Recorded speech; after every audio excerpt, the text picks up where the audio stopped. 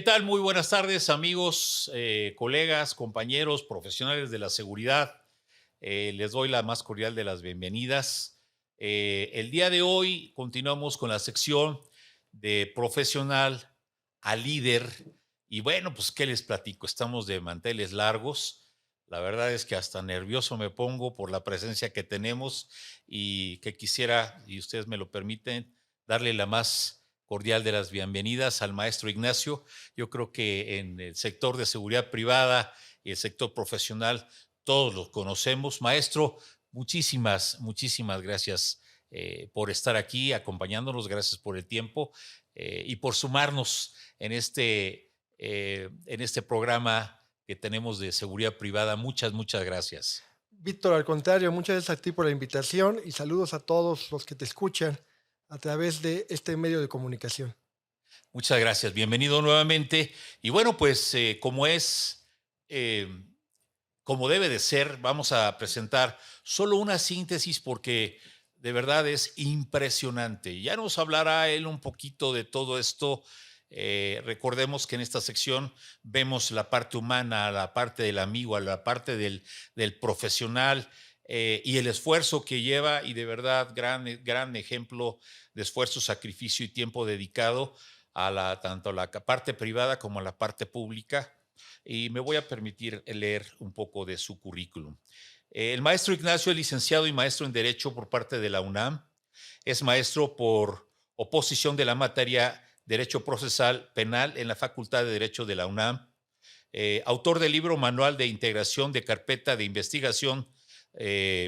También es docente a nivel nacional de las materias de juicio de amparo, argumentación jurídica, interpretación constitucional y derecho procesal penal. En junio del 2016 fue reconocido por méritos y antigüedad académica en el INACIPE y en febrero de 2014 en el Colegio de Abogados Especialistas en el Sistema Procesal Penal Acusatorio, quien le otorgó la presea Eduardo García Mainés al mérito académico por su desempeño como capacitador a nivel nacional del nuevo sistema de justicia penal, que ustedes recordarán que es algo que tiene ya algunos años trabajando y desarrollándose. En el ámbito privado, desde el año 2003 fundó el despacho Colemex Diseño Legal, donde actualmente funge como director general, encargado del área penal, administrativo y seguridad privada. En el servicio público dentro de la Secretaría de Seguridad Pública, Seguridad y Protección Ciudadana del Gobierno Federal, ocupó los cargos como director general de Seguridad Privada, titular de la Unidad de Política Policial, Penitenciaria y Seguridad Privada, director general de lo contencioso y procedimientos constitucionales. Por otra parte, fue director del Centro de Atención de Víctimas del Delito de Delitos Violentos en la Fiscalía General de Justicia de la Ciudad de México y director general adjunto en la Fiscalía Especial para los Delitos contra la Mujer y Trata de Personas de la Fiscalía General de la República. Entonces, pues pónganse a ver, ¿no? Nada más todo lo que ha ocupado y bueno, pues hoy nos va a contar de cómo comienza, pero vamos a mover un poquito esta parte profesional que merece todo nuestro respeto, por supuesto, y vámonos a esa parte del mexicano, del ser humano, del hijo de familia, del estudiante, del amigo, del esposo, del profesional. Nuevamente, maestro, muchísimas gracias por venir y de verdad, pongámonos relajados que aquí el más nervioso soy yo. Y platícanos un poquito, eres de Feño, citadino, ¿de dónde venimos? ¿De dónde viene la familia? ¿Dónde comienza esta gran personalidad? Muchas gracias, Víctor. Yo soy de la Ciudad de México, Ok, ¿no? Soy de la capital, ok, aunque mi familia viene de un municipio espantoso de Guanajuato llamado San Miguel de Allende, Guanajuato. De ahí precioso. viene mi familia, Ok, ¿no? Precioso el municipio. En los años 50, 60, la migración mexicana se daba de los estados a la capital. así fue. Después, 70, 80 fue capital estados a Estados Unidos, ¿no? Migración que continúa. Sí, Y hoy la migración es de la capital a los estados. ok. Estamos regresando a esa parte de las personas que en su momento llegaron a la Ciudad de México. Hoy mucha gente de la Ciudad de México se está yendo a los estados, ¿no? De ahí Sí, un proyecto del presidente de llevar las secretarías a las entidades federativas para regresar un poco de fuentes de empleo. ¿habrá tiempo? Yo creo que en ese sexenio no. Ok, Algunas ya se han ido, hay dos por ahí, dos secretarías que ya han caminado, pero faltan todavía mucho por hacer para poderlas mandar a los estados. de Pero acuerdo. mi familia viene de esa migración de los años 50. Mis padres llegan a la Ciudad de México en 1954. Llegan a la capital, ¿no? Se instalan en la capital y pues, la familia nace y se desarrolla en la Ciudad de México, Ok, ¿no? Una familia de 3 hermanos, ok, somos 13, donde un servidor me tocó ser el más pequeño de todos, ok. ¿no? Ya soy el pilón, dirían mis papás, o dirían mis hermanos, Sí, sí. ¿no? Ya el pilón de 13 hijos, soy el número 13. ¿El más consentido fue así? Yo creo que no creo que no fui el más consentido. Ok, Y creo que no fui el más consentido porque lamentablemente en esas épocas, los años 50, 60, el sector salud estaba un poco complicado. Muchas sí, enfermedades sí, de niños pequeños, ¿no? Entonces, de estos 13, Víctor, solamente vivimos 6. ok. Entonces, 7 personas, 7 hermanos fallecieron en estos Muy nacimientos lamentable. de días, de meses. Y entonces eso provocó que los 6 que vivimos estemos en edades muy dispersas, Ok, ¿no? Una edad muy dispersa entre uno y el otro. Mi hermana la mayor actualmente tiene 68 años ok. y yo tengo 47 años. Eres comeaños, mi querido maestro. Sí, sí, sí. Sí. Pero sí, ya tengo 47, Víctor. Ok, Tengo 47 años, aunque mi hermana la mayor tiene 68 años. Y esto hace que entre uno y otro tengamos una diferencia de 7 años aproximadamente. eso te llevó, solo ahondando un poquito en el tema, a la convivencia que tenías, pues eras prácticamente independiente, ¿no? Porque ya 7 años se llegan a marcar en la parte social que si ellos ya se iban al cine, tú decías, pues yo sigo aquí y el ojo estaba de la familia, estaba sobre mí como más pequeño. ¿Fue Sí, así? sí, cuando yo soy pequeño, 5, 6, 7 años aproximadamente, pues ya mis hermanos, ya algunos ya se habían casado, ya no Sí, estaban en la casa. Que mi hermano, uno antes a mí, pues me lleva, bueno, más bien, él me lleva 8 años. ok. 8 años, entonces 7 más 8, 15. La vida es distinta. Yo estoy en Sí, vas, primaria, sí, él sí. terminando secundaria, entrando por la preparatoria, mi siguiente hermano ya en la universidad, ¿no? Y mis otras hermanas también ya en una edad mayor. Ok. Y bueno, eso hizo, por eso digo que no soy el consentido. ¿No? No soy el consentido porque me tocó vivir esa parte de separación, de distancia, más que nada distancia Sí, entre sí. hermanos y obviamente aspectos diferentes. No es como el hermano que tienes 2, 3 años y que convives y que hasta puedes coincidir, ¿no? En la escuela con algunos de tus hermanos. Sí, En mi sí. caso no fue así. No. En mi caso éramos 6 los que vivimos, ¿no? Que a la fecha vivimos los 6, pero sí con una diferencia de edades distinta, ¿no? Sí, 7 años, 8 años, que sí marca en la convivencia familiar, ¿no? sin Aunque duda. con un papá y una mamá presente, ¿no? Siempre papá y mamá presente. Sí, pues, mis hermanos, cuando yo nací, una de mis hermanas se casó a los 2 meses, ¿no? Sí, no. Entonces, cambia. Una anécdota que yo tengo siempre en la escuela, primordialmente en la universidad, Víctor. La edad de los papás de mis compañeros de escuela era la edad de mis hermanos mayores. Y la edad de mis papás era la edad de los abuelitos de mis amigos. Sí, sí, Mi sí. papá es de 1928, mi mamá era de 1932. Entonces, mi mamá me tuvo a los 44 años. Pues cuando yo tengo 20, mi mamá tiene 64, Sí, que era la edad de los abuelitos de mis compañeros de escuela. cierto. Y sus papás pues, eran de 40, 45 años, ¿no? Que era la edad de mis hermanos mayores. Entonces, siempre se dio esa diferencia, siempre esa diferencia se dio en las edades y en la escuela, pues, cuando mi mamá iba, pues pensaban que era mi abuelita. Yo decía, no, es mi mamá, ella es mi madre, no es mi abuela. Pero por la edad, pues sí había distinción. Pero aquí estamos después de tantos años, Víctor. ¿Cómo fue ese niño Ignacio responsable? Digo, los que venimos de generaciones atrás, pues éramos desde que nos enseñaban a trabajar en la casa, incluso también afuera, independientemente de la escuela. Era un niño de 10. ¿Cómo fue de niño? ¿Cómo fue de joven en esta parte de los colegios, vamos? Sí, mira, me tocó una familia muy tradicional en los años 50, 60. Mi papá viene de San Miguel de Allende, de una comunidad de San Miguel, donde él sabía solamente escribir, ¿no? Leer muy poco. Mi mamá sí no sabía leer y escribir. Y su dinámica de ellos es, tienes 14, 15 años a trabajar. Sí, O sea, ya es, vete a trabajar, ¿no? En aquella época, pues era, necesito una mano más para que ayudes a la contribución de la familia. Y eso le tocó a mis hermanos mayores. Afortunadamente a mí eso ya no me tocó. A mis hermanos mayores, las dos hermanas principales, las dos mayores, les tocó ya ponerse a trabajar a los 13, 14, 15 años de edad para ayudar a la familia.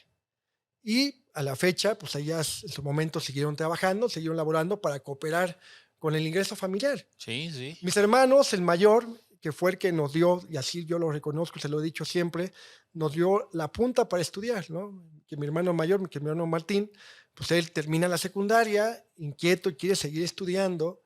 Pues hubo una reunión familiar, ¿no? Donde hubo yo le llamo un terremoto, un temblor con mi papá, donde mi papá decía, oye, ya tiene que ir a trabajar. Y mis hermanas le dijeron, no, si quiere estudiar, déjalo que estudie. Bravo. Nosotros te ayudamos a cooperar para el ingreso familiar, pero pues déjalo que él vaya a estudiar. Creo que eso fue una parte fundamental para mi padre. Sin El duda. cambio de que pues él acostumbrado a trabajar desde pequeño, que los hijos también lo hicieran, pues cuando vio a su hijo dijo, está bien. Y lo que él le dijo fue, aquí vas a tener casa y comida. A lo mejor otra cosa no te puedo dar, pero techo y alimentos, adelante. Entonces ya entre él y mis hermanas, pues él entra a estudiar el nivel bachillerato, ¿no? Después ya entra a su ingeniería y viene el segundo hombre que también sigue la misma línea. Mi hermana, mi tercera hermana ya no quiso estudiar, no porque no se lo permitieran, no lo quiso hacer, pero ya el caminito ya estaba andado. Sí, hecho, Y llego surcado. yo y pues aunque habíamos una diferencia de 7, 8 años, y con mi hermano mayor casi 13, 14 años, pues obviamente ya con esa referencia de tus Sí, hermanos, dices, a ver, pues también tienes que hacerlo. Si ellos pudieron, tú también lo tienes que hacer. Y fueron que mis referentes los dos. Porque obviamente las carencias eran distintas que les sí, tocó a ellos a las que me tocaron a mí. sin duda. Y bueno, pues empezamos a caminar. Fui un estudiante muy tímido, ¿no? Fui un estudiante, eh, no de dieces, de 9, me gustaba estudiar, pero tímido. Mi Okey, personalidad era completamente tímida, al okey, grado de que fui tartamudo por muchos años. okey. ¿No? Muchos años fui tartamudo, pero era una cuestión de timidez, de nervios, Sí, sí. ¿no? De cuestión personal, de autoestima personal. Y así me desarrollé la primaria, secundaria, CCH, ¿no? Todavía con esa cuestión de timidez. Después viene ya la universidad, entro a la universidad, ¿Por qué Facultad de abogado? ¿En qué Derecho. momento viene la decisión? Fíjate que me surgió el último año de CCH. Yo quería ser veterinario Okey. y quería ser ingeniero también. Inclusive me tocó estudiar en el CCH, escoger una materia que los abogados no la van a escoger nunca, que es matemáticas 5 y 6. Y yo dije, los abogados realmente escogen lógica, estadística, Sí, ¿no? Porque ahí uno escoge hacia dónde te vas a perfilar. Y yo escogí matemáticas, porque se me hacían muy fácil las matemáticas. okey. Mis compañeros de matemáticas, hoy en día todos, la mayoría son ingenieros, Sí, pensaron que yo iba a ser ingeniero y al final dije, no, yo voy para derecho. ¿Por qué derecho? Me tocó vivir en 16, 17 años, ¿no? Pues ya cuando estás por escoger qué carrera, un viacrucis de mi papá. Eso okey. fue lo que me provocó. Un viacrucis de mi papá en cuanto a la tenencia de una propiedad en San Miguel de Allende. Yo veía que daba vueltas y vueltas al notario y lo hacían esperar y volvía a ir para poder escriturar una propiedad. Una propiedad que era una parte en compraventa y otra parte en herencia de mi mamá. Okey. Entonces, ese sufrimiento y ese viacrucis de verlo, que tenía que ir, yo decía, pero ¿por qué se tardan tanto? O sea, ¿por qué se tardan tanto en una escrituración, ¿no? ¿Por qué se tardan tanto en poder llevar a cabo la escritura de la compraventa y la herencia de mi mamá para poder hacer un solo predio? Que se tardaron casi 4 años en que mi padre obtuviera esa escritura. Ok.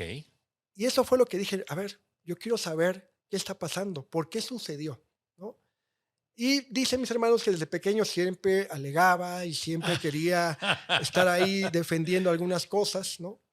Y eso fue lo que me lleva a estudiar derecho, Víctor. Wow. Me lleva a escoger, me quedo, tengo la fortuna de quedarme en la Facultad de Derecho ahí en CEU, Ciudad Universitaria, y pues entro en 1995, entro a estudiar la licenciatura, Ok. ¿no? Bueno, 94, 95, el periodo Ujú. el periodo lectivo es 95, pero empiezas en agosto del 94. Y ahí empezamos con la Facultad de Derecho. Después ya entendí por qué se tardaron tanto con la escrituración. Ya después ya lo entendí, ¿no? Que sí se tenía que hacer ese tiempo. Sí asesoraste en determinado momento dentro de ya de los estudios, decirle, a ver, mamá, papá, es que esto se tiene que hacer de esta forma. Fue posterior. Yo ya cuando obtienen su escritura, yo estaba empezando, ¿no? Llevaba en el primer año, obtienen su escritura y ya Ajá. después a revisar los documentos, pues ya me di cuenta lo que sucedió, ¿no? Entonces, ¿por qué ese tiempo que se tardaron? Pues estaba justificado porque tenían que hacer un juicio sucesorio para la parte de la herencia y ahí el problema que se tenía, que mi mamá solamente fue registrada por mi abuela. Eh, pues nace en 1932, Sí. la guerra de los cristeros. Sí, ahí estuvo mis abuelos, de Mi abuelo hecho. anduvo en la guerra de los cristeros, entonces seguramente algo pasó con mi abuela. Mi mamá es la mayor de los hijos de mis abuelos y mi abuela la registra nada más como si fuera hija natural, como si fuera hija de ella nada más. Entonces no tenía los apellidos de mi abuelo y el inmueble estaba a nombre de mi abuelo. Entonces ahí es donde viene la complicación para la herencia de mi mamá, Sí. que pues no tenía jurídicamente derecho a esa herencia, ¿no? Porque no era hija o jurídicamente no era hija de mi abuelo, porque ella nomás tiene el apellido Antonia Orduña, no tiene el apellido paterno ni solamente el apellido materno porque fue registrada. Y cuando mi abuelo regresa de la guerra de los cristeros, nunca hace el reconocimiento de mi mamá. Entonces, esa fue que la complicación del juicio sucesorio. Pero al final, mis tías, sus hermanas de mi mamá, pues, reconocen y aceptan esa parte de su hermana la mayor, ¿no? Yo creo que ese fue un problema. Mi abuelo y mi abuela era de Querétaro y mi abuelo, bueno, también de los hacendados de allá, españolote. Y cuando se fue, él se fue a por la parte norte y mi abuela fue a Adelita. Y de hecho ellos tuvieron 13 hijos, igual.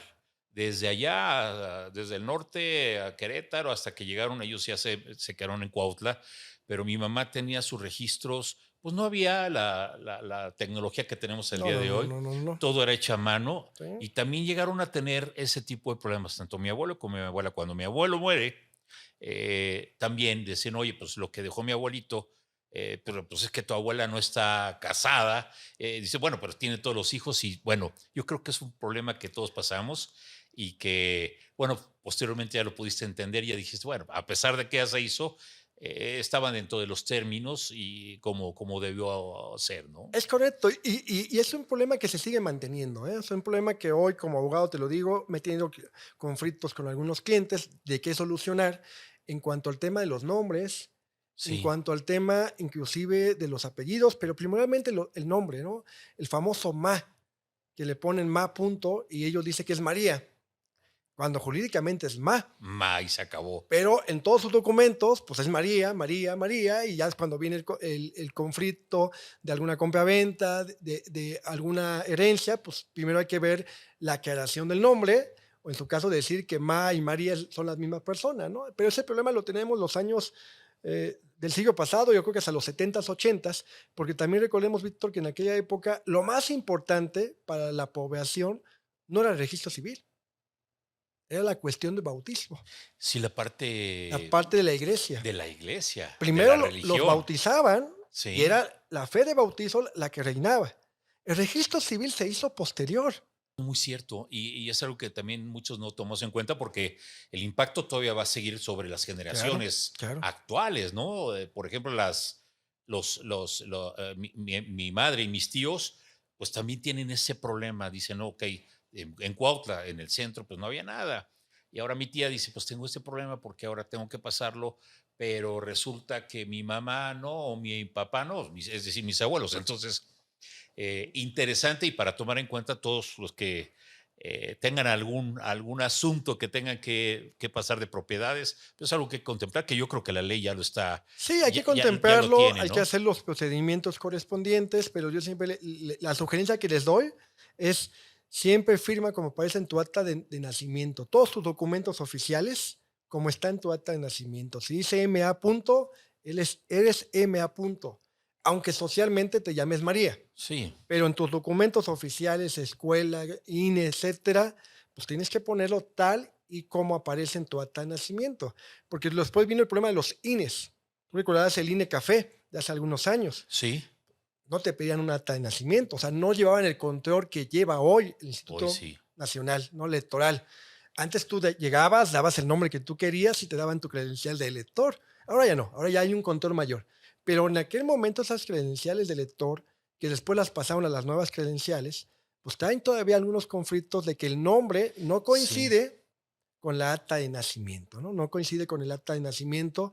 O también otra problemática muy común en la población mexicana, por esta parte que los papás andaban de un estado a otro, ¿no? Que era muy común también andar de un estado a otro, pues lo registraban en 2 estados. sí. Eso todos mis hermanos todavía lo tenemos. Sucede, lo registran en 2 estados, entonces tienes 2 actas de nacimiento, tienes 2 CUR, y luego el problema es, ¿cuál de las 2 es la buena? Sí, que incluso dice el acta, estando de paso en el estado de Morelos, pues dice, pero él vive en la Ciudad de México, entonces o eres citadino o chilango o eres Sí, morelense, sí, ¿no? pero el problema mayor, Víctor, es cuando les ponen nombres diferentes, o le agregan un nombre a Ups, una, ¿no? En una tiene un nombre y en otra tiene 2 nombres, o le cambian inclusive hasta la fecha de nacimiento. O sea, esos son problemas que se tienen en toda la población. Hoy ya se ha disminuido porque nuestras oficinas de registro civil en todo el país ya tienen un sistema nacional, sí, ya sí. tienen un control, ¿no? Ya te piden el certificado de nacimiento, la constancia de alumbramiento, para que no tengas los registros. Y te la quitan al momento que vas a registrar a un niño o una niña, te quitan esa constancia de alumbramiento para que no lo puedas registrar en otra entidad federativa, pero antes lo registraban donde quisieran. Esa fue la familia que me tocó en ese tema de los conflictos de los nombres, de ahí el nacimiento de ser abogado, ¿no? Y después, bueno, me toca estudiar en la Facultad de Derecho y pues, ¿Qué qué mejor. especialidad, en qué momento dices, me voy ser abogado penal, de la parte fiscal? ¿Cómo sucede? Pues, dentro de la Facultad de Derecho, pues, voy trabajando. En aquel momento vengo, pues, como ya te lo comenté, de una familia donde no hay abogados como tal, no tengo abogados previos a un servidor y, pues, la abogacía en sus materias, las más comunes, pues, es civil, penal, Sí, laboral, ¿no? Son las materias más comunes. Entonces, cuando entro, yo dije: "Pues, yo quiero ser penalista, yo quiero dedicarme al derecho penal". La la escuela, yo me voy perfilando por el derecho penal, no obstante, en el camino me encuentro a uno de mis maestros, hoy amigo mío, don Alberto del Castillo del Valle, que da amparo, juicio de amparo, y me enamoro del juicio de amparo, él ¿no? te... Él me lleva al juicio de Ok, amparo. Y el juicio de amparo te lleva al derecho constitucional, ¿no? Porque tienes que conocer el derecho constitucional para poder conocer y tramitar un juicio de amparo.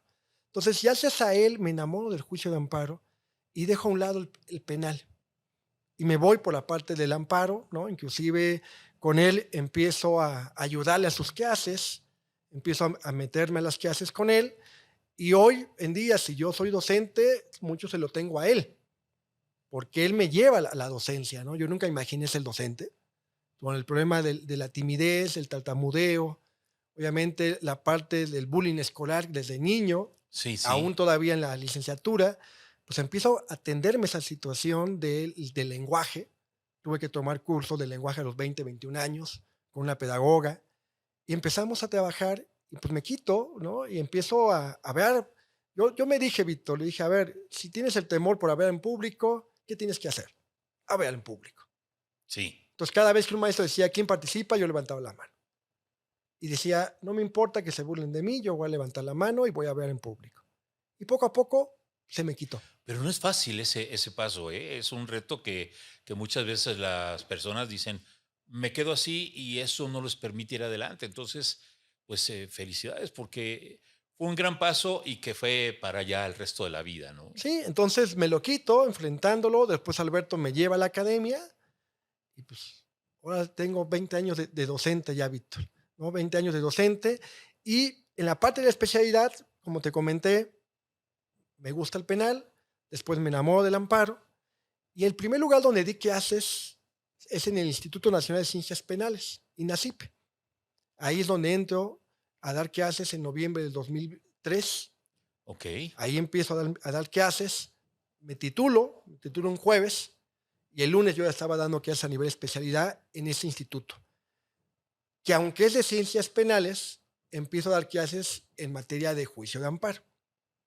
Me voy al juicio de amparo, pero estoy entre los semilleros de los penalistas de México, ¿no? Los Okey. docentes de penalistas de México es un instituto de la Fiscalía, hoy Fiscalía General de la República, y que en aquel momento tenía mucho auge sus especialidades, maestrías, doctorados en materia penal.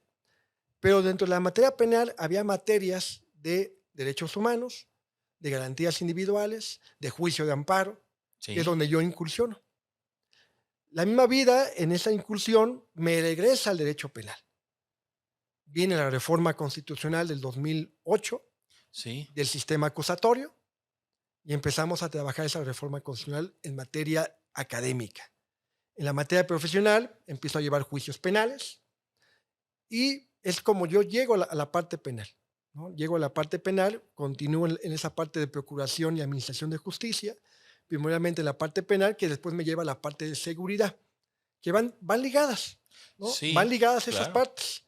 Esa parte penal, esa parte de seguridad van ligadas. Y en el mundo académico y en el mundo profesional me voy por el amparo y después ya regreso al derecho penal. Pero un derecho penal del procedimiento. Me considero un procesalista y no un dogmático penal, ¿no? O Okey. sea, hay dos ramas en los penalistas, los que se dedican a estudiar el tema de la ciencia penal, ¿no? La cuestión de los delitos, etcétera, y los que nos dedicamos a estudiar el procedimiento penal, cómo llevar los procesos ante las diversas fiscalías o ante los jueces, hoy jueces de control, y es la parte donde yo me incursiono. Me voy a la parte procesal penal, y dentro de INACIPE, como académico, me tocó pues, la reforma, lo primero, transmitir la reforma constitucional, 2008. Sí. 2008, 2009, cursos en todo el país transmitiendo la reforma constitucional, lo que se venía, cómo se tenían que preparar fiscalías, secretarías de seguridad, jueces penales, sistema penitenciario, defensorías públicas.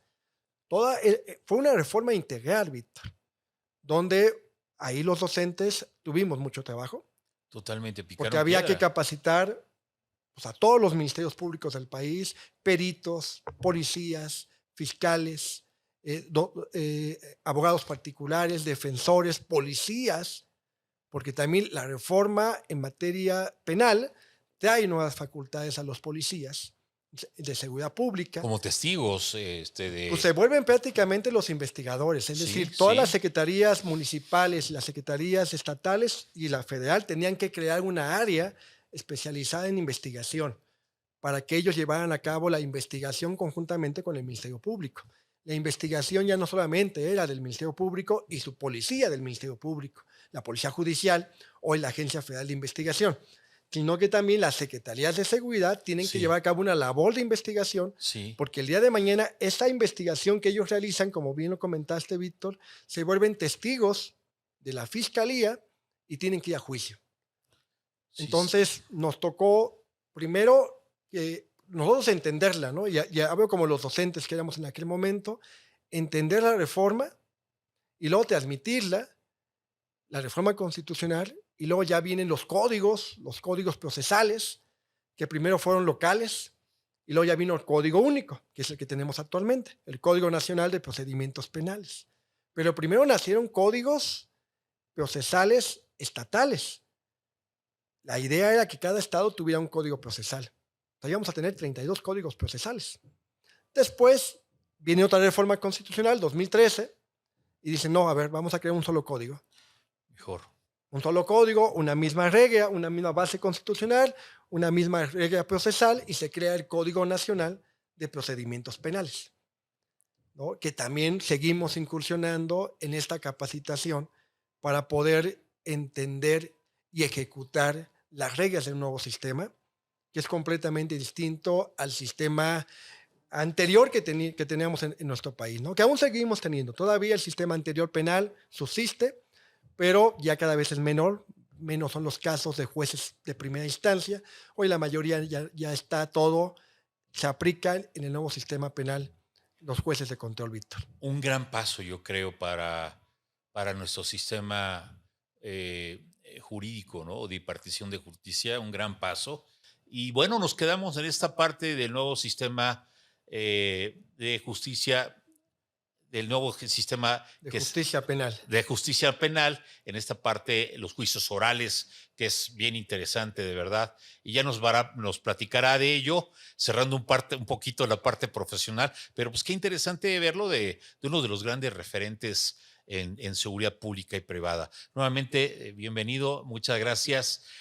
Un gran paso el que se dio con el sistema acusatorio penal, los juicios orales, tu opinión a ese respecto. Porque yo me acuerdo de toda la difusión que le hicieron y esto fue maratónico, esto fue de verdad un gran compromiso. ¿Cómo estamos ahora del 1 al 10? ¿Qué tanto nos falta? Porque ya lleva muchos años y hay gente como tú, mi querido maestro, pues, que picaron piedra y que estás viendo cómo va evolucionando, ha ido para mejorar. Se quitaron muchas malas costumbres que se tenían, ¿no? ¿Qué presidente fue el que lo llevó a esto? Platícanos un poquito. Claro que sí, Víctor. Llevamos ya Gracias. con el sistema, aunque seguimos diciendo nuevo sistema, ya tiene 15 años. Ya no es el nuevo Ya no es tan sistema, nuevo. ya no es tan nuevo, ¿no? Ya tiene 15 años el sistema, empezó en el 2008, estamos en el 2023, empezó en junio del 2008, ya tenemos 15 años con el sistema. Pero todavía al día de hoy yo te puedo decir que muchos partes, muchos participantes del sistema, las propias fiscalías, no lo han entendido. Hay detalles todavía que tenemos que mejorar. Primordialmente las fiscalías tienen que mejorar algunos detalles para poder garantizar dos derechos primordiales para la sociedad. El derecho de acceso a la justicia de las víctimas, porque la víctima es lo que busca, Es ¿no? correcto. Y el derecho de presunción de inocencia de los imputados. He ahí la fiscalía tiene esa dualidad. Por un lado, garantizar la presunción de inocencia y el debido proceso del imputado, y por otro lado, garantizar el acceso a la justicia de la víctima.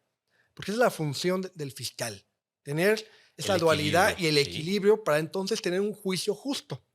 Un juicio justo Bravo. para la víctima y un juicio justo para el imputado.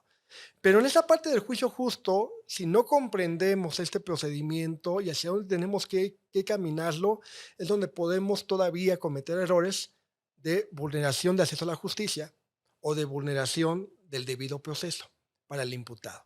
Y eso todavía es lo que nos hace falta, Víctor, a pesar que llevamos ya 15 años con el sistema. ¿Cómo llega el sistema a México?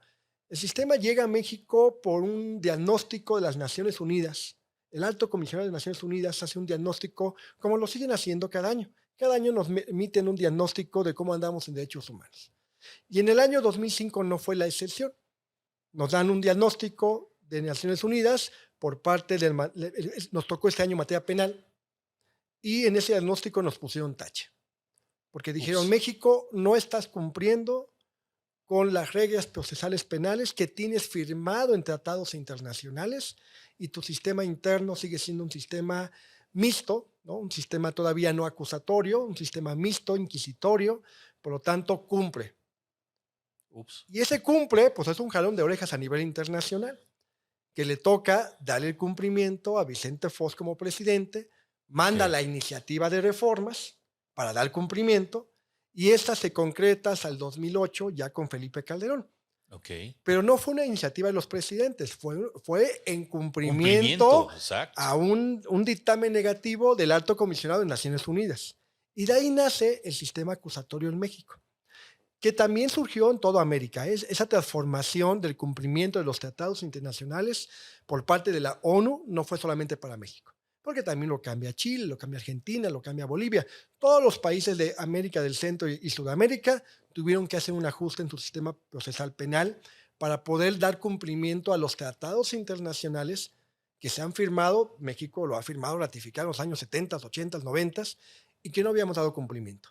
Hoy se está dando cumplimiento a estos tratados internacionales, modificando nuestro sistema penal y lo adaptamos ya a un sistema acusatorio. Ok, Pero ese sistema es un giro de 360 grados, que hoy, a 15 años, ese giro no se ha dado todavía al 100%. Faltan todavía muchas cosas por ajustar, por entender por parte de las fiscalías. El Poder Judicial ha avanzado. Creo que lo que les hace falta es a las fiscalías, las estatales y la federal, hace falta comprender bien este sistema.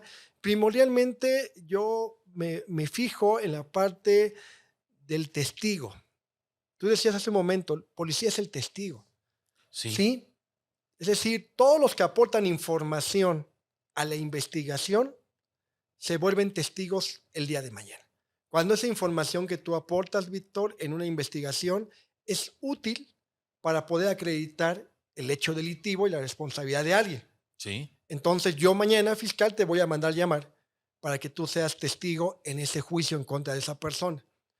Porque la información que tú me brindaste en la investigación, hoy necesito que la brindes ante el tribunal. Y entonces eres el testigo. Pero ese tiempo entre que tú eres entrevistado en una investigación, en una carpeta de investigación, se comete el delito el día de hoy, ¿no? Vamos a suponer. Entonces vamos a presentar nuestra denuncia, llevamos testigos mañana, pasado, pero este hecho delictivo que hoy se cometió y que lo estamos denunciando y que se está investigando, para que llegue a juicio, por lo menos va a ser de 6 a 12 meses, por lo menos. Ups. Entonces, ese testigo que hoy aportó información va a tener que acudir al tribunal en 6 o 12 meses. Y ahí es donde ahorita está fallando. Ok, ¿Por qué? Porque no estamos dándole seguimiento ni estamos cuidando a estos testigos. Entonces, ¿qué está sucediendo? Que cuando van a juicio, y 6, 12 meses es el tiempo menor, ¿eh? Yo he tenido juicios donde llevamos desde la comisión de la conducta o la detención del cliente hasta juicio 2 años. Vamos a juicio. 2 años, año y medio, 3 años.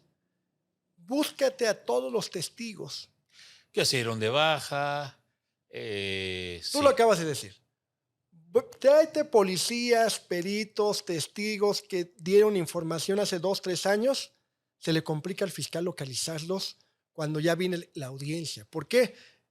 ¿Qué sucede? Acá lo toman, declaran, entrevistan y no lo vuelven a saber de él hasta que lo necesitan para la audiencia. Pero para la audiencia saben 2, 3 meses antes. Búscalo. Ya no está.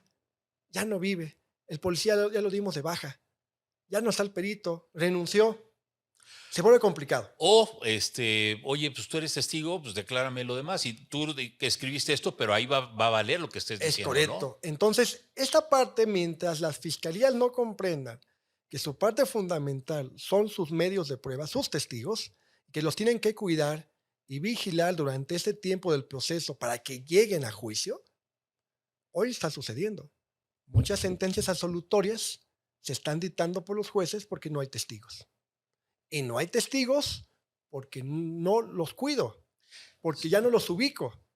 Entonces, los defensores están ganando los juicios, no porque el cliente sea o no sea inocente, eso no lo sabemos ni lo vamos a saber. ¿No? Simplemente no hubo pruebas. Ya no hay No, no hay pruebas, los pruebas. argumentos, la El gente. testigo que tenía que ir a declarar no va, no acude a la audiencia. Entonces ya el juez dice con qué resuelvo. Por lo tanto, dicta una sentencia absolutoria por falta de pruebas, no porque sea inocente. Insisto, ya la parte, si eso no es culpable, ya no entra a la discusión. Simplemente no llegaron los testigos. El tiempo, el peor enemigo, entonces, Y en un entonces, juicio. ¿dónde está, Víctor, ese acceso a la justicia de la víctima? ¿La víctima qué culpa tiene? Sí, ¿no? El procesado va a decir, debido proceso se cumplió, el testigo no fue a declarar, no fue interrogado ante un tribunal, no hay testigo, debido proceso. Sí, cumpliste un derecho, pero te falta otro derecho. Yo decía que tenía 2 derechos el MP que cumplir, el debido proceso y Pero el el otro acceso a ya la no. justicia. Ya no le permitiste que la víctima se lleve a la justicia porque simplemente las pruebas que ibas a presentar, tus testigos que ibas a llevar, ya no llegaron. Y ahí es donde estamos fallando. Ahí es donde se tienen que fortalecer las fiscalías para poder ver un mecanismo de seguimiento a estos testigos para poder garantizar que los llevemos a tribunal, que vayan a juicio. Nos pasa lo mismo en materia civil, Víctor, materia familiar. Nada más que ahí los tiempos son más cortos y ahí quien lo tiene es el propio particular. Sí, pero penal. Pero en penal, que Ya hay es alguien el que está Estado, por lo mismo. es el Claro. Estado el que tiene que dar el seguimiento. Por un lado, la víctima puede darle seguimiento a través de su asesor jurídico, cuidar sus testigos, llevarlos, pero esa parte no se ha entendido.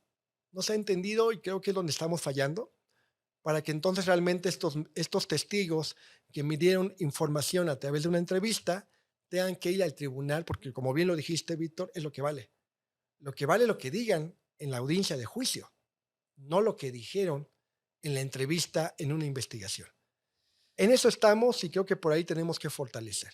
Entonces yo pondría todavía un 7 de calificación para poder entender esta parte de poder garantizar que mis testigos lleguen a la audiencia.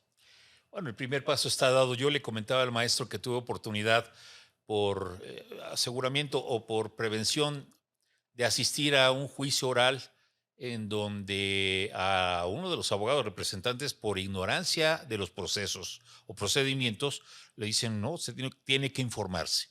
En una segunda audiencia a la cual también acudo, el juez le dice al fiscal, necesito sus testigos y si no, arréstelos, pero los quiero aquí. Así le dijo. Yo dije, ups, o sea, como diciendo, échele ganitas, ¿no? Porque sí los necesitamos aquí. Claro. Entonces, y aparte que es impresionante, ¿eh? De verdad. Hay cámaras, no una, hay varias cámaras dentro de esta instancia o dentro de este lugar en donde están los jueces, están familiares, están testigos, en donde todos están conviviendo en algo que yo diría de verdad, así tipo Hollywood. Dice uno, oye, está padre, ¿no?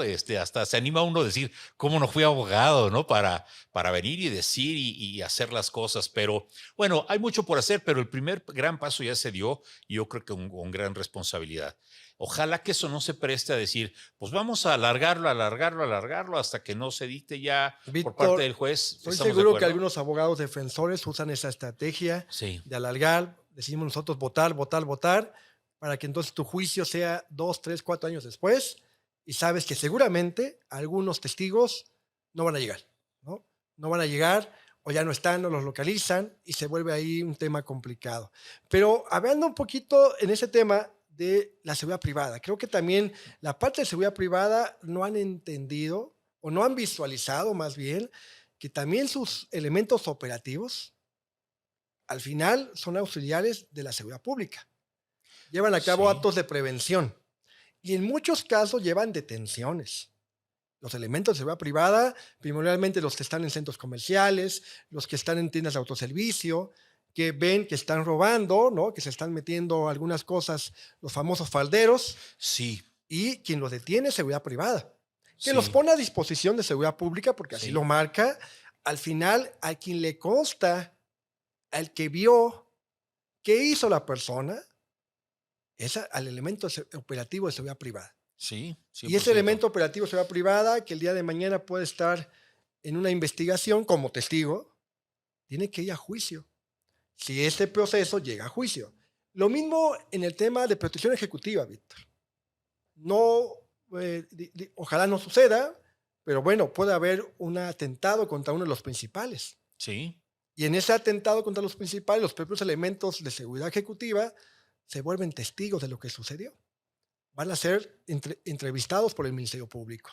Van a tener que acudir para poder llevar a cabo la investigación de lo que sucedió en el evento, ¿no? sí, Y en ese evento ellos acuden, son entrevistados, y si se detienen las personas y se llega a un juicio, esa información que virtieron, ¿quién lo va a hacer? Ellos, cuando tienen que ir a juicio como testigos. Y lo podemos ver desde los monitoristas, que también pueden estar observando el evento y que a lo mejor hay una prevención. Dice, oye, hay una persona que ya la vemos afuera del domicilio del principal, van 3 veces que la vemos. Algo está pasando. Y mandan que la alerta, ubiquen a esa persona, ¿no? Y resulta que no se hace esa ubicación y resulta que esa persona fue la que hace el atentado. Sí. Pero tenemos una investigación previa que puede aportar. Ya entran a las cámaras de seguridad y la empresa dice, oye, esta persona ya la habíamos ubicado afuera del Domicilio. domicilio Ajá. y ahí está la cara, se ve y pudimos con ello a lo mejor determinar quién es el peor responsable, porque tenemos una cara, tenemos una imagen que nos los dio el monitorista, el que está en las cámaras de seguridad. Entonces, ese monitorista y esa imagen va a acudir a juicio porque en su momento acudió a la investigación para aportar esa información. Todos los temas, tal vez los empresarios de seguridad privada no lo tienen todavía en el radar porque creemos que solamente es llevar a cabo la seguridad, pero podemos estar inmiscuidos en un tema penal. Tenemos la obligación incluso, ¿no? Sí, si De vemos alguna aportar cuestión de delito, nuestros, aportar los claro, elementos. Aportar los elementos, lo que ven tus cámaras, aportar lo que ven tus elementos y poder contribuir en la investigación del delito. Y en esa contribución del delito, regresamos al tema de los testigos, pues los elementos operativos, monitoristas, son testigos de lo que vieron, de lo que observaron, de la detención que hicieron. Pero antes de la detención yo vi cómo se estaban metiendo cosas en la falda, en el vestido, en el saco, en la gabardina, que es lo que hacen, ¿no? Y la detención generalmente, ¿quién las hace? En los centros comerciales. ellos. Los hace seguridad privada. Hoy, por ejemplo, no me había tocado, pero ya en los Walmarts de la Ciudad de México ya hay seguridad privada. Adentro. Ya no estaban solamente en la entrada. Ya No. los vemos adentro, los anaqueres andan observando, nos andan viendo, Sí. como los del Sambos, ¿no? Que a mí me molesta Sí, mucho, sí, a mí pero que también. te sigue por todos lados. Sí, Yo cada sí. vez que él te digo, oye, no soy delincuente, pero bueno, es un trabajo de Sí, ellos, ¿no? sí, sí. Y lo mismo pasa hoy en el Walmart, ya varias veces que he ido al Walmart, digo, ¿qué pasa? Obviamente dije, ha de haber incrementado el robo y por lo tanto hay seguridad dentro, que antes no la veías. La veías afuera en cajas, pero ya dentro en los pasillos hay ya mucha ¿No seguridad violan privada. los derechos? No, porque es parte del tema de seguridad de Walmart, como lo tiene Liverpool, como lo tiene otras marcas. Es decir, Sambo, sí, sí, muchas sí. empresas hoy Sí, tienen su sí. seguridad y lo que hacen es dar seguimiento, detienen, pero hasta que ya cruzan el área de cajas. Es un tema ahí penal. Sí, Mientras tú lo detengas adentro, pues no lo puedes detener, no hay robo, porque al final esas tiendas te permiten la disposición del bien. Tú lo puedes cierto. agarrar y llevar de un lado para otro. Ahí no hay robo. Por eso lo que hacen es seguirlo y esperar que cruce el área de cajas. Y ahí hacen la detención, porque entonces ahí ya se da el robo. Antes, ¿cuál robo? Tú puedes agarrar cosas adentro y no te lo estás robando. Se da robo si cruzas el área de cajas y no haces el pago. Ahí está el robo. Entonces ellos lo que hacen es vigilarte, seguirte, y hasta que cruzas el área de cajas, Ahora sí. ahí es donde hacen la detención y después te ponen a disposición de seguridad pública, que esa es la forma de actuar. Fíjate, maestro, que ahí hay un tema que acabas de mencionar y que hoy nosotros estamos tratando de hacer una campaña en cuanto al poner cámaras dentro de los vehículos de seguridad. Hablo de la protección ejecutiva, precisamente por la subjetividad que tiene la legítima defensa y que pudiera prestarse en determinado momento a criterios Ujú, posteriores a ujú, una acción. ujú, ujú. Que hoy estamos diciendo, oye, pues pone tu camarita, te cuesta 1,200. Si algo llega a suceder, Ahí está. tanto externo como interno, es decir, si hubo legítima defensa o no, o cuál fue el procedimiento que tuvieron los escoltas, que eso nos va a ayudar a evitar muchas cosas que hoy por hoy, pues ni siquiera, bueno, que yo sepa, nadie lo está ocupando, ¿no? Hoy la cadena de suministro, el robo de mercancía, Lo está es con haciendo. el que comenzó. Sin embargo, en protección ejecutiva, eso puede marcar la diferencia en que se haga un buen juicio o un muy mal juicio, ¿no? Que digan, pues por lo mientras quedas detenido porque ya murió. Y si pues tuviste suerte, mandamos al perito para que vea si hubo legítima defensa a través de testigos orales, que si lo llegaron a ver y si la gente dijo la verdad o no, o si pudo observar o no. Entonces, yo creo que ese será un tema para traer, al igual de esta parte de la protección ejecutiva, del uso del chaleco para los escoltas. Hay muchas cosas que tenemos que ir cubriendo, pero será tema de que súper invitado estás Muchas para gracias, saber Víctor. tu opinión en esta parte. Claro. No, pues bravo, la verdad es que muy bien las cosas y nos salimos un poquito, les ofrezco mil disculpas, nos salimos un poquito de la parte de la parte humana a esto, pero pues es interesante, ¿no? Yo no lo había visto y más con un referente un gran maestro, esa perspectiva. Lo viví y dije, bueno, pues es normal o no que saquen un abogado, es normal las cámaras, se impresiona uno. Y pues nos vamos a tener que regresar Sí, claro, claro, ahora ya a claro, la perdón, parte que no. de la parte familiar. ¿Cuántos bebés tenemos? ¿Cómo nos conocemos? Los conocemos, se conocen tu pareja en la universidad. ¿Cómo se da? Dices, ya soy abogado, desde que estabas estudiando. Platícanos un poquito, Claro, claro. mi querido Mira, maestro. Muchas gracias. como comenté, llego a la Facultad de Derecho y pues empezar a quitarte los miedos, los temores, primeramente la tartamudez, generar confianza. La vida me lleva a la academia, gracias al maestro Alberto, me lleva a la academia, pero también estando en tercer o cuarto semestre, ¿no? Dije, hay que trabajar. Sí, Hay que trabajarle, si me quiero dedicar a la abogacía, hay que trabajarle.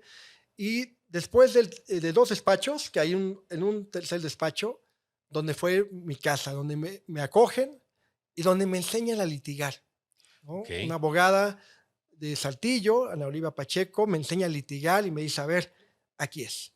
Llegó al grado de esa enseñanza de litigio que yo siendo pasante, Víctor, era ya el encargado del despacho.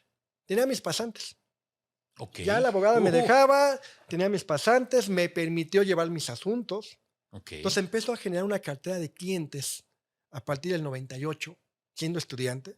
Y ella me decía, llévatelos, yo te ayudo, yo llevo la cédula, yo voy contigo a las audiencias, agárralos. Y me acuerdo algo que ella me dijo una sola vez. Una vez me dice, oye, te encargo que hagas ese incidente de liquidación de sociedad conyugal. Y yo dije, sí, ¿cómo no? Entonces empiezo a preguntar en el despacho, en un formatito, algo que tengan. Le digo a la secretaria que estaba ahí, que a mí muy experta la secretaria, me dice, no, pregúntale a la abogada. Entonces le pregunto a la abogada, digo, allá.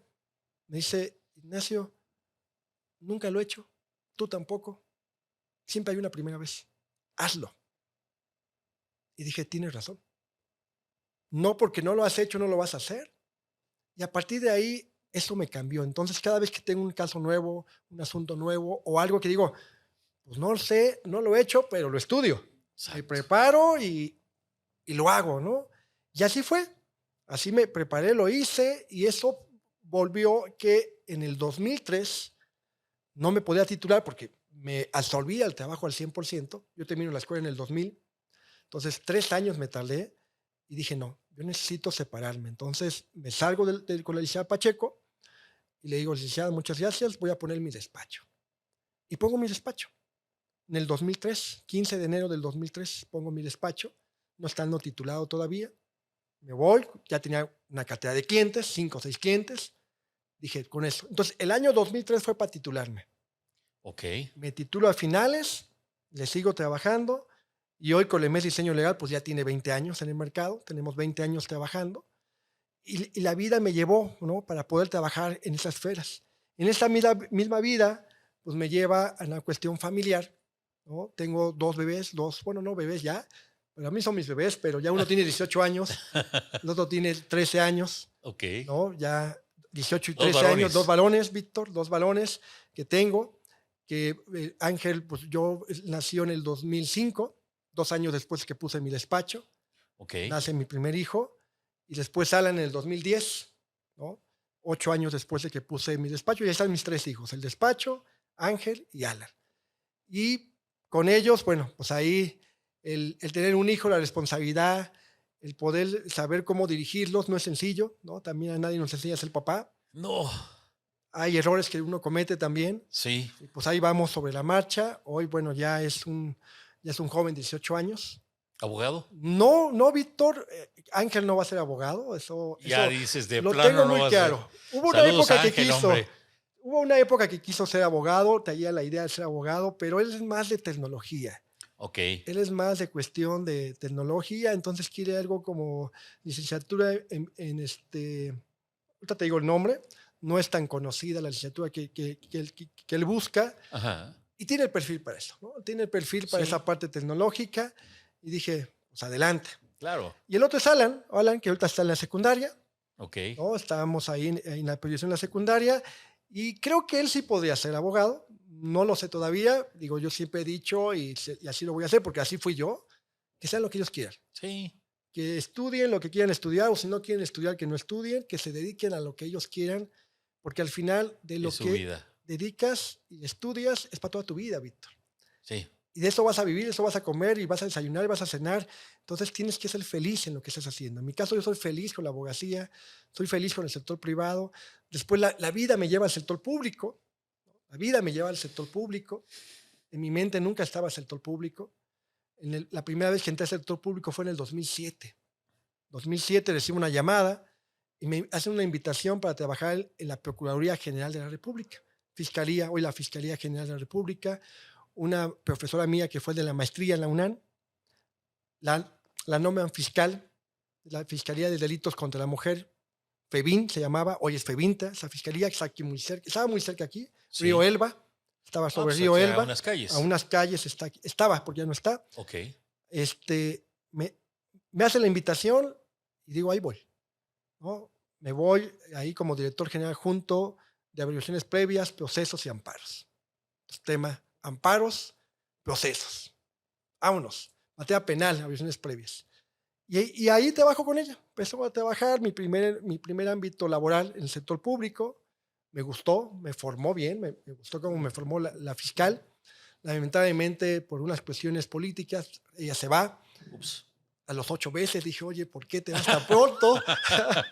Y bueno, los cambios de equipo, me toca salir cuando llega la nueva fiscal, pues decido yo ya retirarme y me voy nuevamente al despacho, ¿no? Ok, Regreso a mi despacho y el equipo que conocí ahí se va después a la Fiscalía de la Ciudad de México. Se va una subprocuradora, la nombra subprocuradora, que hoy trabaja en el Estado de México, la maestra Alicia Espinosa, me hace la invitación y me voy a la Procuraduría Ciudad de México. Y ahí voy como director del Centro de Atención a Víctimas de Delito Violento. ok. Me toca esa parte del derecho victimal, lo que hoy es el asesor jurídico, de poner un abogado a las víctimas, de darle la atención psicológica, ¿no? Médica. Entonces, a mi cargo tenía psicólogos, médicos, trabajadores sociales y abogados, para dar una atención integral. Es un sistema de víctimas Ciudad de México, la verdad, referente a nivel país, Muy donde se humano. da una atención integral a la víctima. Y ahí nos tocaba conocer víctimas pues, de delitos complicados, Víctor. Secuestro, homicidios, ¿no? Eran principalmente nuestras víctimas, pero lesiones, robo, todos los delitos que no encajaban en los demás centros de atención, que están muy, muy indicados. Por ejemplo, violencia familiar, tiene un centro de atención específico. Delitos sexuales, tiene un centro Violación. de Ujú. atención específico. Y todo lo Secuestros. demás era para nosotros. Ok, Entonces me toca ahí colaborar, a ver, fue una buena experiencia en la Fiscalía de la Ciudad de México. Estuve en 2 periodos con ellos, un periodo, luego salí, luego regresé al mismo centro de atención. Me movieron un tiempo a la Dirección de Derechos Humanos de la propia Fiscalía y termino en el 2012. Termino en el 2012, cuando termina que la gestión del procurador, y después fue jefe de gobierno, y me regreso al despacho, ¿no? Siempre que la vida del despacho y la vida académica las he mantenido, ¿no? Esas tres contrapesos, la academia, el despacho y el sector público cuando hay invitación. Y hoy regreso nuevamente al sector público en diciembre del 2018 con esta nueva administración del gobierno federal. Me hacen la invitación para incorporarme a la Secretaría de Seguridad como director general de, de lo contencioso y procedimientos constitucionales. ¿Qué es eso? El litigio a favor de la Secretaría. Entonces me dicen, tú que tienes un despacho, que conoces civil, que conoces laboral, que conoces penal, administrativo, vente. Y ahí llego como jurídico, ahí a iniciar el jurídico de la Secretaría, porque la Secretaría nace en esta administración. sí, Recordemos que antes era la Comisión Nacional de Seguridad, que dependía de Gobernación y todos sí. los juicios los tenía Gobernación. Llegamos como nueva Secretaría, nos dan los juicios, son tuyos, síguelos, llévalos. Y ahí empecé a conocer seguridad privada Ok. en el jurídico, porque me tocaba llevar la defensa de los juicios de nulidad que sentaban en contra de las resoluciones de la Dirección General de Seguridad Privada. Privada, sí. Entonces, desde el jurídico empiezo a conocer seguridad privada. Mis únicos juicios administrativos eran seguridad privada. No había más. Eran los únicos que me daban trabajo de juicios de nulidad Sí. como por parte de la autoridad, ¿no? Por parte de la autoridad en defensa de las resoluciones que se imponían o que se dictaban por seguridad privada o el titular de la unidad. Ya empecé a trabajar, conocer los procesos, ver los errores que se tenían, Sí, promover al director, oye, cámbiale aquí, modifícale aquí, nos están ganando los juicios por esto, ese es el error que se está cometiendo. Siempre con la idea de la iniciativa privada, cómo mejorar los procesos sí, para poder tener un beneficio a mi cliente, que para mí mi cliente es el Estado. En ese momento es el Estado. Entonces, ¿cómo le ayudo al Estado? Inclusive en el currículo decía, jóvenes abogados, nosotros nos pagan cada 15 días, ¿eh? Pero nuestro mejor pago es cuando tengamos una sentencia favorable del Estado, porque así lo tenemos que ver los jurídicos del Estado. Nuestro pago es cada 15 días, pero el triunfo es cuando ganas la sentencia. Afuera le digo, cuando ganas la sentencia, vas y le cobras al cliente. sí, Aquí el aquí, cliente nos paga cada 15 días, pero tenemos que darle resultados positivos. Y así empecé con el jurídico. Empecé con el jurídico, después un año estuve en 2019 y en el 2020, enero del 2020, me nombran titular de la unidad de política policial, penitenciaría y seguridad privada. Sigo con el tema de seguridad privada y sí, ahora me toca, como superior jerárquico, ¿no?, llevar los recursos de revisión que se interponían en contra de las resoluciones y luego ya pasaban al jurídico para el juicio de nulidad. Y seguí manejando procesos, me tocó ver el tema de la ley de seguridad privada, la reforma constitucional como titular de unidad y empezar a desarrollar diversos proyectos para la mejora de la seguridad privada. 2 años, Víctor, 2020, 2021. Enero del 2022, nuestra actual secretaria me designa director general de seguridad privada. Me dice, vete para allá. ahora del otro lado, Ahora del otro lado. Entonces, sí, fíjate, estuve en las tres esferas de ahí. Jurídico, definiendo los juicios de nulidad, titular de la unidad, llevando los recursos de revisión, y ahora ya como director general de seguridad privada, aplicando esos procedimientos y modificando los procedimientos que en su momento solicité a los directores para poder mejorar el servicio. Y lo que más me interesaba era defender los actos que se emitían en la seguridad privada, porque es una mala costumbre que se tiene afuera. El gobierno siempre pierde. El gobierno en los juicios tú lo vas a ganar, ¿no? Ese es un dicho muy dado a los abogados afuera. sí, sí. No te preocupes, lo vas a ganar. No, no, no, no lo vas a ganar. Vamos a hacer transformación para poder defender y llevar un buen procedimiento cumpliendo las reglas, porque por eso es que lo ganaban, porque se nos iban los tiempos, caducaban los procedimientos y pues la sentencia, las resoluciones iban para abajo. Sí, Entonces me toca en el 2022 pues, llevar a cabo esa función de seguridad privada, ¿no? Aunque el sector lo conozco desde el jurídico.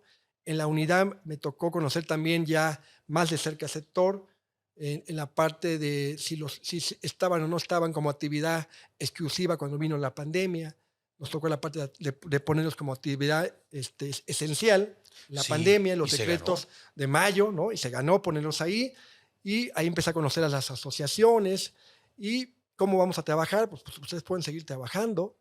Y llegamos ya a la Dirección General de Seguridad Privada, donde en esta parte, bueno, pues es el modificar los procesos, primero conocerlos, Víctor, Sí, aprenderlos bien, porque aunque los conocía, no es lo mismo estar afuera, aunque seas el superior jerárquico, que estar adentro. sí, Sentarme con cada área, decirme cómo lo haces. Ok. ¿Qué te parece si lo hacemos así y lo mejoramos? Y empezamos a mejorar procesos, y bueno, pues así es como llego a este ámbito de la seguridad privada, aunque siempre he estado en el ámbito de administración y procuración de justicia, pues la seguridad pública y la seguridad privada es parte de esta administración y procuración de justicia. wow. No, pues felicidades. La verdad es que, eh, y no porque estés aquí, maestro, pero eres una persona muy querida en el ámbito de seguridad privada, muy Muchas gracias. respetada y muy querida. Y de verdad te felicito por ello. Han pasado grandes maestros también. Pero yo vi cómo tuviste un acercamiento total con la parte de seguridad privada, eh, como que hubo una buena fusión ya y entendimiento de decir, no es perder o ganar, sino cómo vamos a hacer bien las cosas.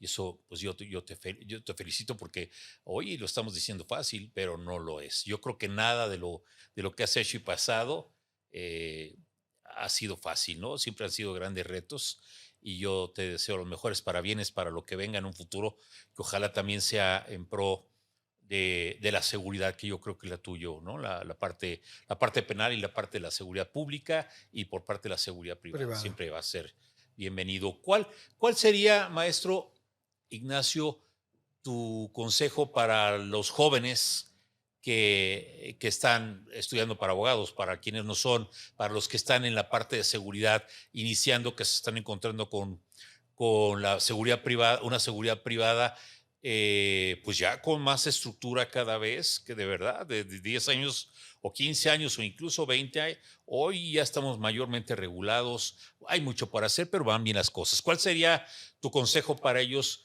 para de ser de profesional y llegar a ser líder? ¿Qué le sugieres? Víctor, lo más importante, una es establecerse metas, fijarse objetivos, establecer metas y trabajar para ellos. Esa disciplina, ¿no? Disciplina en el trabajo.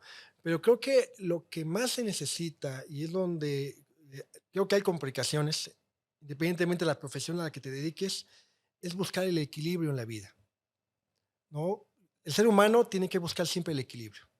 Cuando no estamos equilibrados, sector trabajo, sector personal, sector de vicios, etcétera, te complica todo, ¿no? A veces uno piensa que le va a uno muy bien y que siempre le va a ir muy bien y desequilibra todo. A veces gente que le empieza a gustar los vicios, ¿no? Primeramente hoy las drogas sintéticas, el alcohol, Sí. se desequilibra todo y no llega a sus objetivos.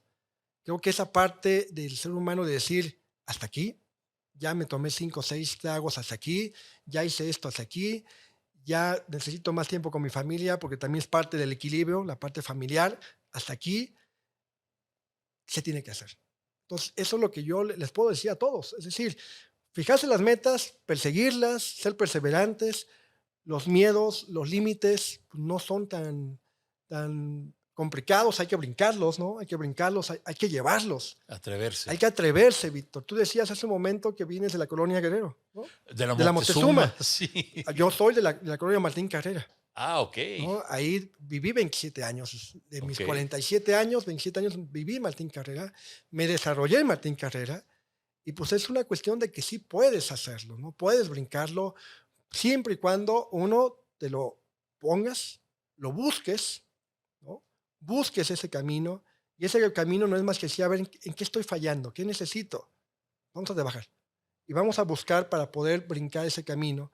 Y la otra, que en ese camino, la vida seguramente, Víctor, porque creo que a todos nos pasa, a veces nos vamos para un lado, ¿eh?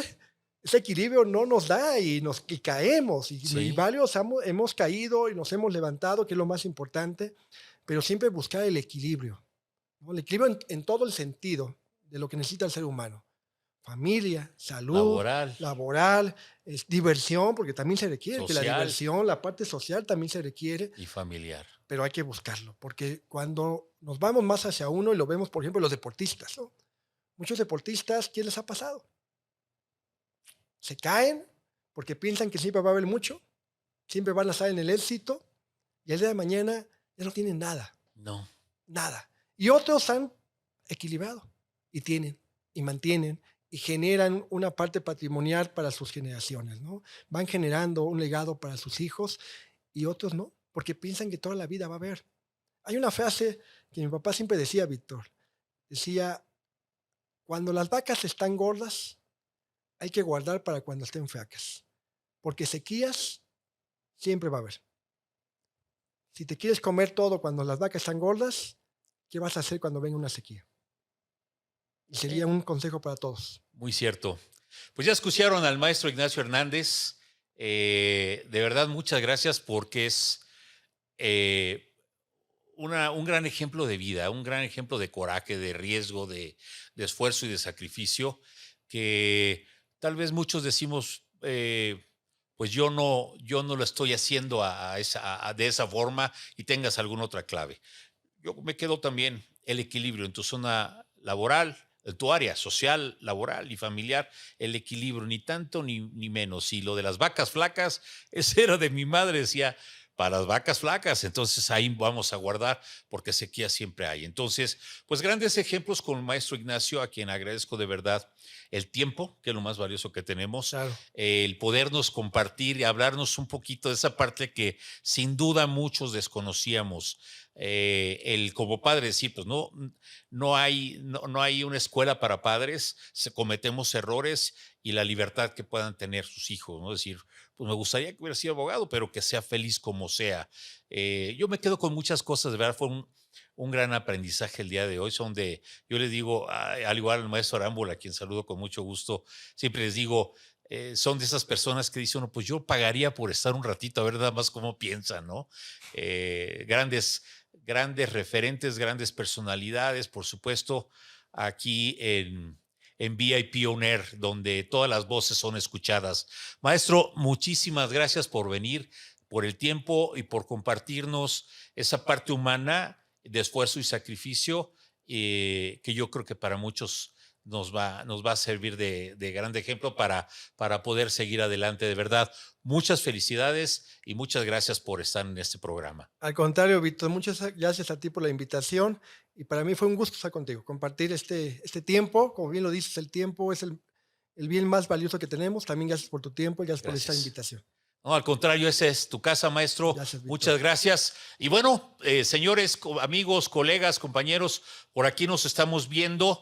Hoy voló el tiempo porque estuvo muy entretenido. Esperemos que también haya sido entretenido y hubo una buena experiencia el haber escuchado a estos grandes referentes de la seguridad y como seres humanos, más que nada, que no nos olvidemos de esa parte que tanta falta nos hace. Muchas gracias, pásala bonito y nos vemos en breve. Vienen algunos comerciales de nuestros patrocinadores. Recuerda que solo los mejores patrocinadores están aquí en VIP On Air. Nos vemos hasta la próxima. Mantente seguro y échale ganas. Hasta luego.